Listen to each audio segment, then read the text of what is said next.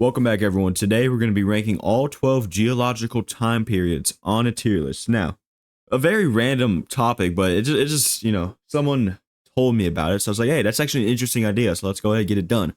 Now, in case you don't really understand the concept, essentially, throughout our planet's history, there have been approximately 12 different, geological time periods. Now, like the Cretaceous, the Jurassic, the Permian, stuff like that. So we're going to be ranking them all on a tier list. So without any further ado, let's go ahead and get started with the Cambrian. Now, this one lasted from about 541 million years ago to 485 million years ago. Now, this is essentially when life kind of kicked off, because before this, it was just bacteria, stuff like that. But then after this, there was this event called the Cambrian explosion. So many new animals emerged from this, all right? You had the animals like Hallucigenia, Anomalocaris, Opabania, and then, of course, trilobites. Of course, you had trilobites. Now, essentially, how I view this, it's like, okay, just imagine this for a second, all right? Imagine your time machine goes wrong. Because, John, I know you have a time machine. I know you have one, John.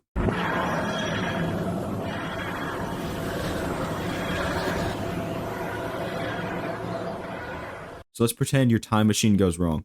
And you get sent back into the past to the Cambrian, and you're in the waters.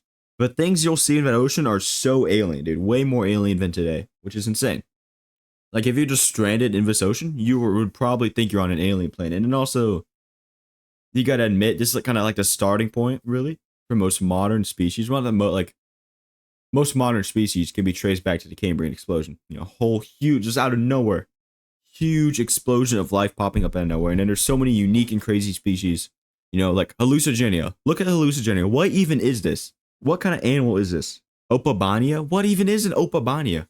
It's absolutely insane, and honestly, we're gonna have to put the Cambrian in S tier because it kind of started it all off. So we'll put the Cambrian in S tier, and we'll move on.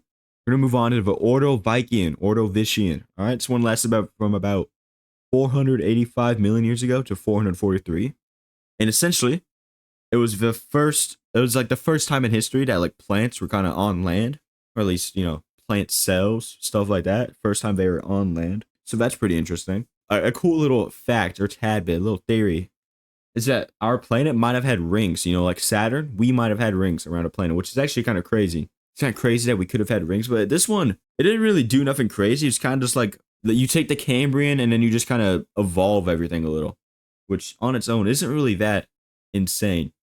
All right, some examples of the species that lived at this time are the Orthoceras, Sacabambaspis.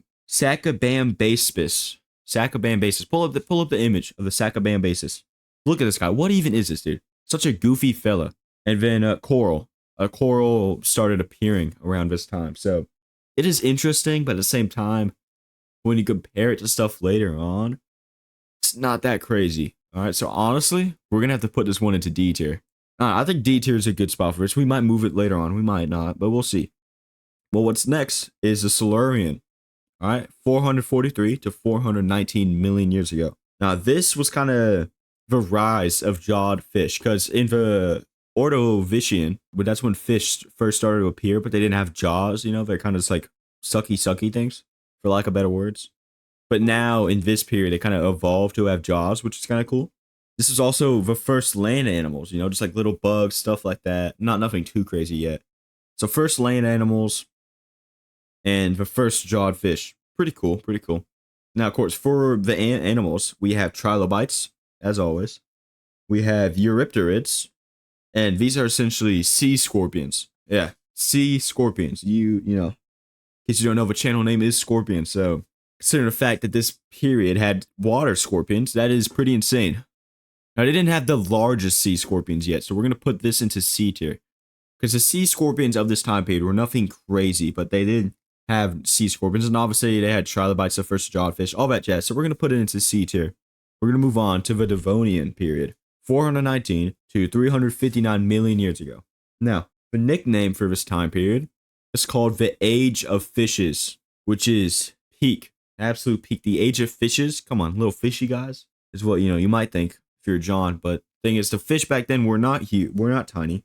They were pretty big, such as Dunkleosteus, chunky dunk. Everyone loves a dunk. I mean, the Devonian period has a Dunkleosteus in the period, so that automatically puts it above C tier. Jacalopterus. All right. They also have Jacalopterus, the largest sea scorpion ever known to man. So that we know of, largest sea scorpion that we know of, which is absolutely insane. Imagine the sea scorpion like as the size of you, hunting you down in the waters, along with the chunky dunk. That's just insane. That's just insane. But this would put the period into A tier if there's this one little creature that didn't exist, and that creature is a Tiktaalik or Tiktaalik. Essentially, these are the ancestors of all tetrapods. These things are the reason why you exist today, which also means they're the reason why you have to pay taxes. So it would have been A tier because of donkey, giant scorpion, but because they are the reason we have to pay taxes, we could have been fish, dude. We could have been little fish guys swimming in the water, but now we have to pay taxes. Yeah, we're gonna have to put them into B tier. Moving on to the Carboniferous, about 359 to 299 million years ago. All right, you want to know the nickname for this? It's either the age of insects or the age of amphibians. Are you serious? Okay, so either have to do with giant flying bugs or giant slimy salamanders. I mean, what are we doing? I mean, also fun fact, again, this time period is where most of our coal comes from. So the coal you use for like your barbecue or your campfire or whatever you use coal for, it most likely came from this time period, which is the reasoning is because back then there was like giant swamps which allowed the amphibians and insects to roam around. The swamps were huge, the trees were huge, all that jazz. That allowed all that swampy matter was the perfect like condition to create coal and stuff because it compressed it down. So that's why most coal comes from this time period. And also the swampy environment allowed for amphibians to rise too, from Tiktaalik, and also, allowed the insects to get big because all those trees and plant matter allowed more oxygen in the atmosphere. Now, some of those insects and frogs are Arthropleura, a giant centipede that ate plants. Now, if you want to hear my thoughts on Arthropleura, top right corner is going to be a link to prehistoric fauna aura tier list. But we also got Meganeura. All right, Meganeura. This is a giant, technically not a dragonfly. There's a different name for it, but everyone thinks it's a dragonfly, so we're going to say it is. And then we have Pulmonoscorpius, one of the largest scorpions to ever live. It's things like the size of, it's larger than your house cat. A scorpion larger than your house cat. That's insane. Absolutely insane. Would I keep one as a pet? Probably. Honestly, I probably would. I mean, imagine someone comes to your house, all right, opens the door, and then you have like a pet scorpion the size of a cat. That's just insane. But moving on to the amphibians of this time period, we have Diplocalus. You might know Diplocalus. It's the little amphibians with the triangle heads. Pretty cool, very cool. And then something else that's cool in this time period is this weird looking shark, all right? Essentially, its fin looks like an anvil. Why? I have no clue. But it's called Stetocanthus. And also, of course, they had trilobites. So at the beginning, I was like, this one isn't that cool. I was originally going to put it into like D tier or C tier, but we're going to put it up to Devonian. It is a cool enough time period. I wouldn't mind traveling back in time and getting me a pet scorpion. So we're going to put it into B tier. Moving on, we have the Permian period. Now this, essentially the age of reptiles or the age of synapsids, as some might say. Because all the amphibians, they kind of evolved, not all of them, but like they evolved into reptiles. And this is when Pangea was a thing. Pangea existed, and the time period, of course, lasts from 299 million years ago to 252 million years ago. Now, synapsids are the ancestors of mammals, so this is essentially where your great-great ancestors came from. Some of the animals that lived there, was Dimetrodon, all right? Giant sail-backed reptile. So really cool. Everyone loves a Dimetrodon. Everyone loves a little sail-back guy. They also have Helicoprion, which is this really weird-looking shark. All right, its jaw is essentially a saw blade looking thing. And I'm pretty sure it used that to crush ammonites and such, but still pretty interesting on its own. Then, all right, you got, obviously they also had trilobites in this time period. You have Aerops, which is a big amphibian looking guy. And also you have Scutosaurus, all right, not a dinosaur, they didn't appear yet, but it's essentially a giant armored reptile that ate plants and had scutes. So that is pretty cool on its own. And then you add in the fact that the worst mass extinction to have ever occurred on this planet that we know of happened at the end of this period, and its nickname is the Great Dying. That's just absurd. All right, imagine the nickname to your time period being the Great Dying. That's just how much aura you have. So we're gonna we're gonna have to put the Permian into S tier. We're gonna put the Permian into S tier, and we're gonna move on to the Triassic. Now, hear me out with the Triassic, all right? It started from 252 million years ago and ended 201 million years ago.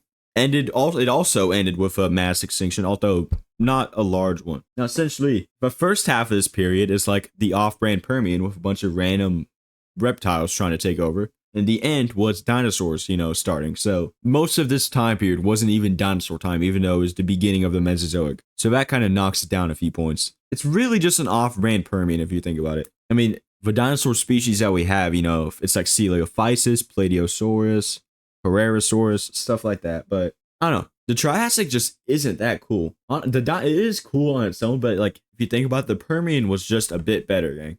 So honestly, we are going to put the Triassic down into D tier. I cannot lie to you.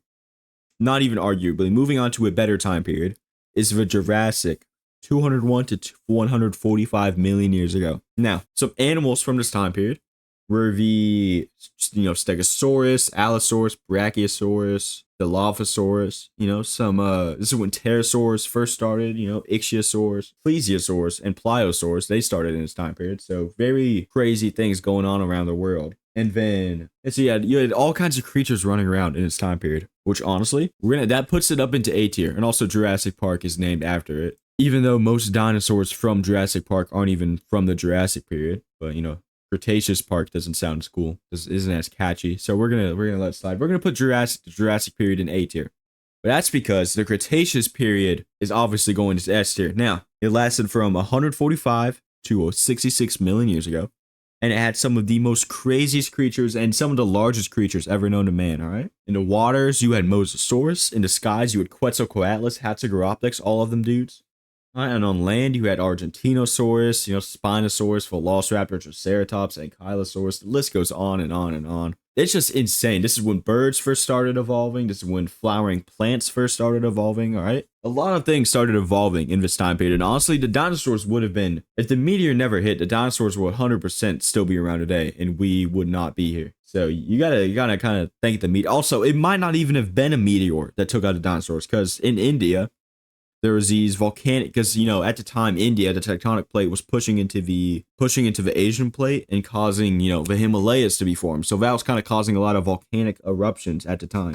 I'm pretty sure it's called like the Deccan Traps or something like that. So yeah, it took a bunch of volcanoes to take them out and a meteorite to take them out. So it is S tier. The Cretaceous period is S tier. It has so many amazing creatures in it. So we're gonna put it into S tier, and we're gonna move on to the Paleogene. Now, the Paleogene is kind of like the comeback, all right? In the beginning, you had crazy reptiles. You had Titanoboa, you had the giant crocodiles. You also had, not a reptile, but birds. You had, Gastornis, the terror birds. And then mammals, all right? Because mammals in the Cretaceous and Jurassic and stuff were just tiny little, the biggest they got were house cat size. And in this period, you had giants like Paraceratherium, which are larger than elephants today. Correct me if I'm wrong in the comments down below. But you also had crazy animals like Basilosaurus, ancient whale ancestors, Andrewsarchus, absolutely terrifying beasts, all that jazz. This is when grasses first started evolving. This is also when primates first started to evolve. So a lot of interesting things happened in this time period. At first, I was going to put it into B tier, but honestly, after doing a lot more research, we're going to have to put it into A tier. But the same cannot be said for the Neogene. Now, this one lasted from about 23 million years ago to 2.6 million years ago. And some kind of contenders in this time period were like Megalodon, Leviathan, Argentavis. You had some of the first ancestors of horses, or some horses to evolve at this time. You had a lot of weird animals evolve, but to be honest, this time period, it's just like a continuation of the Neogene, really. It's just like, and if you think about it, the Neogene was only about 40 million years long. So it kind of like, I don't know, it just seems like this should have just been a part of the Neogene. So we're honestly gonna put this one into E tier. I cannot lie to you, because it's just really like, there's not really any different, I could be completely wrong, which, again, correct me if I'm wrong, but there's not really many differentiating factors between the Neogene and the Paleogene. But I could be wrong. But moving on is the most recent period, the Quaternary. Now, this is when humanity and Homo sapiens, this is when humanity first started evolving, human ancestors. This is like kind of when the Ice Age started. This, we had woolly mammoths, saber-toothed tiger cats, megatheriums, glyptodons, megalania, all kinds of crazy creatures that lived in the Ice Age. But essentially, this time period is just the Ice Age, which on its own Yeah, pretty cool. Pretty cool. But at the same time, I mean, I guess this one kind of makes more sense to cut off because, this is when the ice age happened, There's like the planet started cooling a lot. So it kind of makes sense to differentiate this, but at the same time, like right in modern times, we kind of like there's a lot of cool animals in modern times. We're like animals in the ice age were a lot cooler. Like which one would you rather see, all right? Would you rather see a giant armadillo in a zoo or a normal armadillo in a zoo? Humanity kind of cooked ourselves in this one. So honestly, we're gonna put the Quaternary into E tier, barely into E tier. It is super close to F tier, super close to F tier. If humanity didn't exist, this time period would probably go into F tier. But because humans are so goated, we're gonna put it into E tier. And that is the end of today's video. Now, if you enjoyed this video and you want to see more, make sure you like, subscribe, comment, all that jazz. But in case you don't do that, and in case I don't see you again, good afternoon, good evening, and good night.